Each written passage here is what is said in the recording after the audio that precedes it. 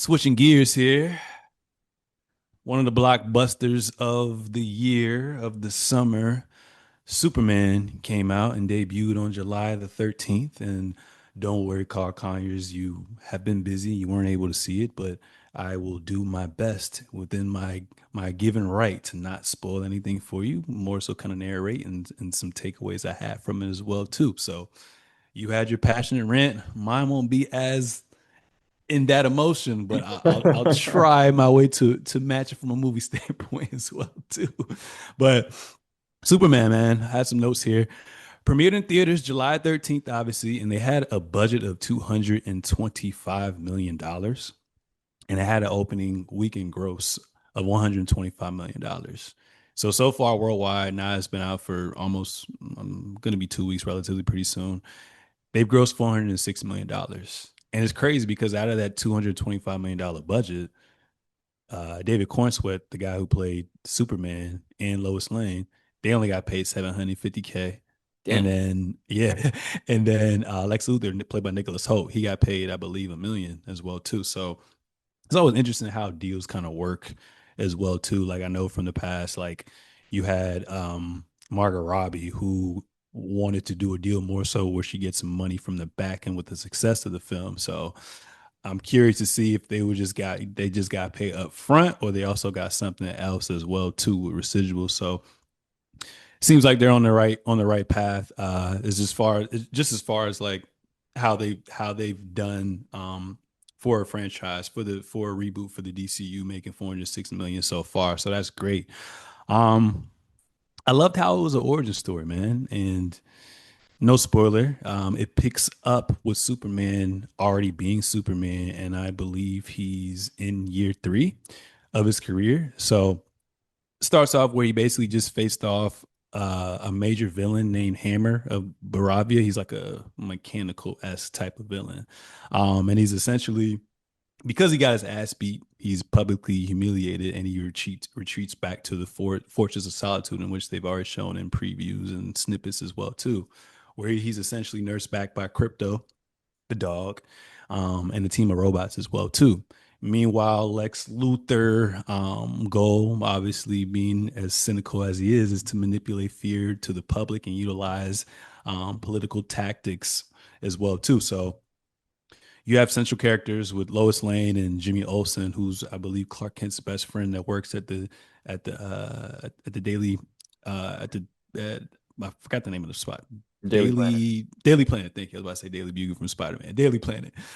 So basically, Lois Lane and Jimmy Olsen's goal is to uncover the truth behind the weapon's origins, which you find out once you start watching it, and then Lex Luthor's possible corruptions, which ties into like classic journalism. Think of like dialogue heavy based films that you've kind of watched before, like hit series as well too. Apparently, like as far as like there's a famous writer called Aaron Sorkin who's known heavily with his dialogues with journalism and politics and all that other stuff. So think of ties with classic like journalism mixed with like a modern like geological like twist because it also like pokes fun of or has political ties kind of what's going on in the Middle East as well too, which is pretty cool.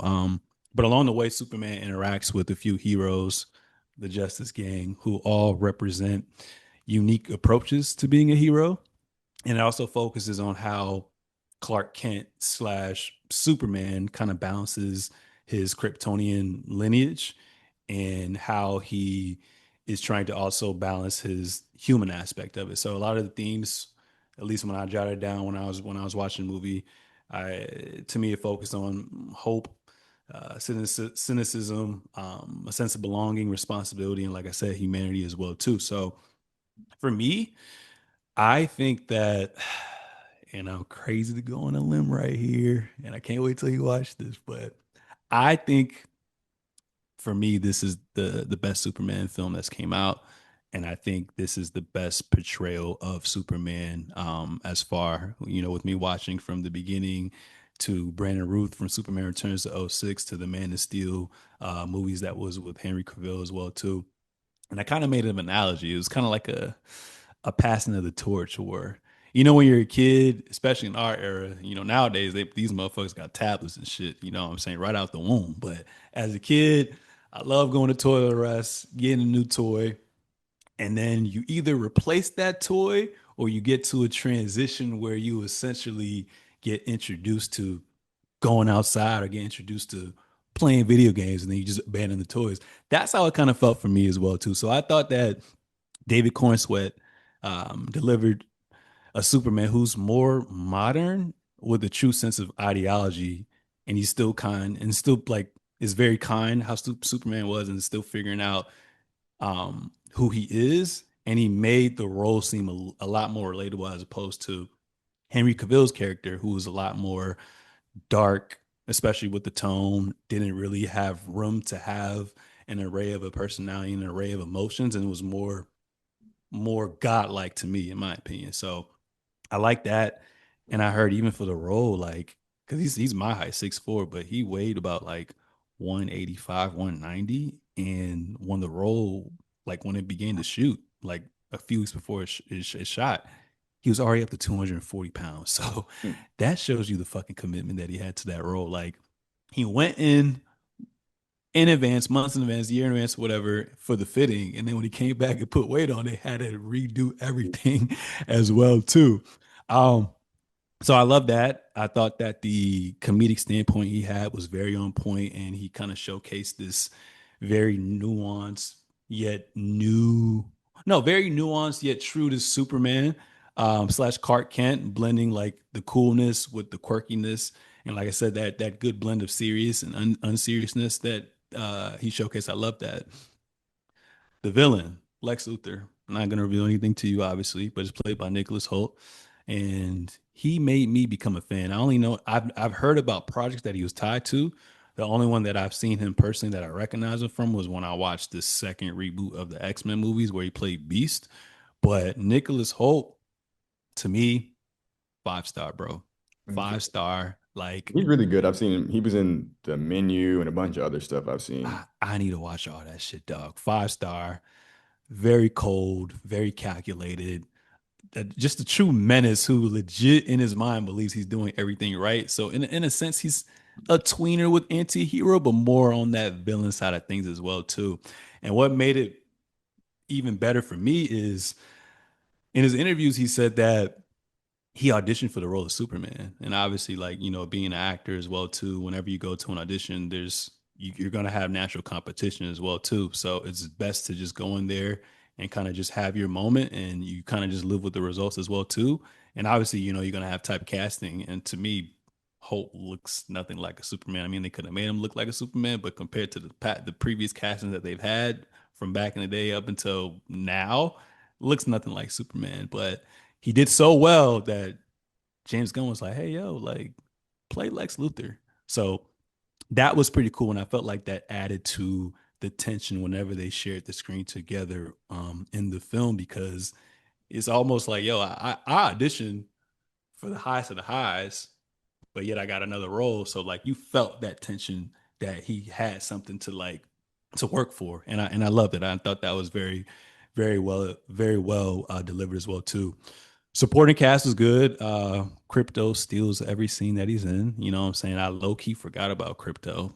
And if you're a dog lover, which I know you are, you know what I mean. And I felt like they had a pretty good, accurate representation of that bond between owner and dog, dog's best friend, man's best friend. Um, I like Mr. Terrific, Guy Gardner. I didn't really have that much knowledge of them before I watched the film, but I thought they brought a great level of charisma, humor, and comic accuracy as well too. Superman's parents, obviously he's from Kansas. Compared to the other films, they really got in their country redneck bag, and I felt like it was a good fit that was a little bit more different and more true to today. And like I said, to go back on like the journalism, like driven storytelling, like from an investigative aspect at the Daily Planet, they had very sharp dialogue and ethical slash moral dilemmas, which made it more modern and grounded as well too. So it's one of those things where like if you can see that joint in closed captioning, definitely do so. If not, like just watch it the first time and the second time, you definitely kind of want to, see what the CC's talking about as well too. Because I ain't gonna lie, I went in there a little smacked. So sometimes we smacked some dialogue go one ear and not the other. You can't Yeah. rewind that shit in real time. But overall, pretty solid. The tone was a lot more different. Very vibrant with standout colors.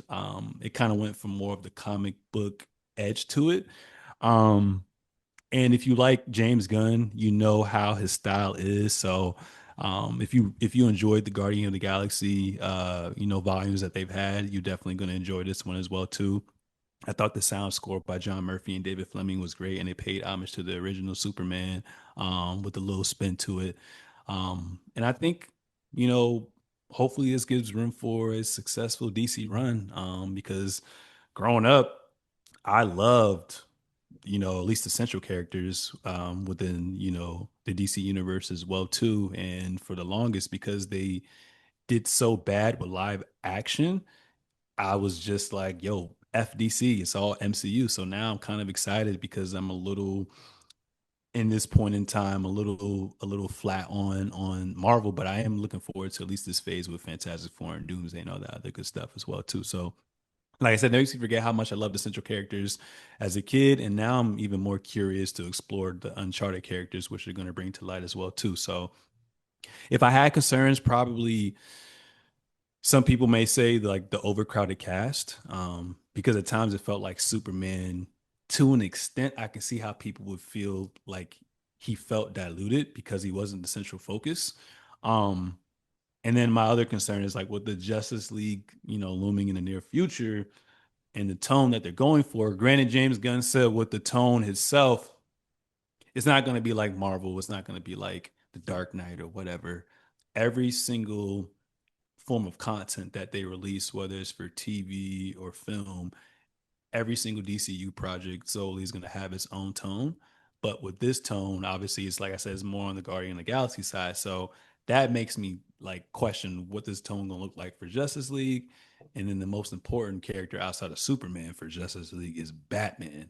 Where does Batman fit into that universe? Are they going to use a new one and just reboot and recast? Or are they going to use what's already been successful and tie in Robert Pattinson's character and Matt Reeves' vision on it as well too? So that's something to kind of think about as well too. But if I had to give a rating, I'll give it a solid 8 out of 10, and I recommend everyone to go see Superman as well too because I truly do think that DC has something cooking up. I think James Gunn among his other colleagues are cooking something up good, and I have high hopes. I feel like with what Robert Downey Jr. did for that Marvel reboot, I feel like David Corn Sweat definitely has that component to him as well too. So that was my little rant on Okay. Superman film, and I hope you guys all out there who haven't watch, and if you watched it, go watch it again.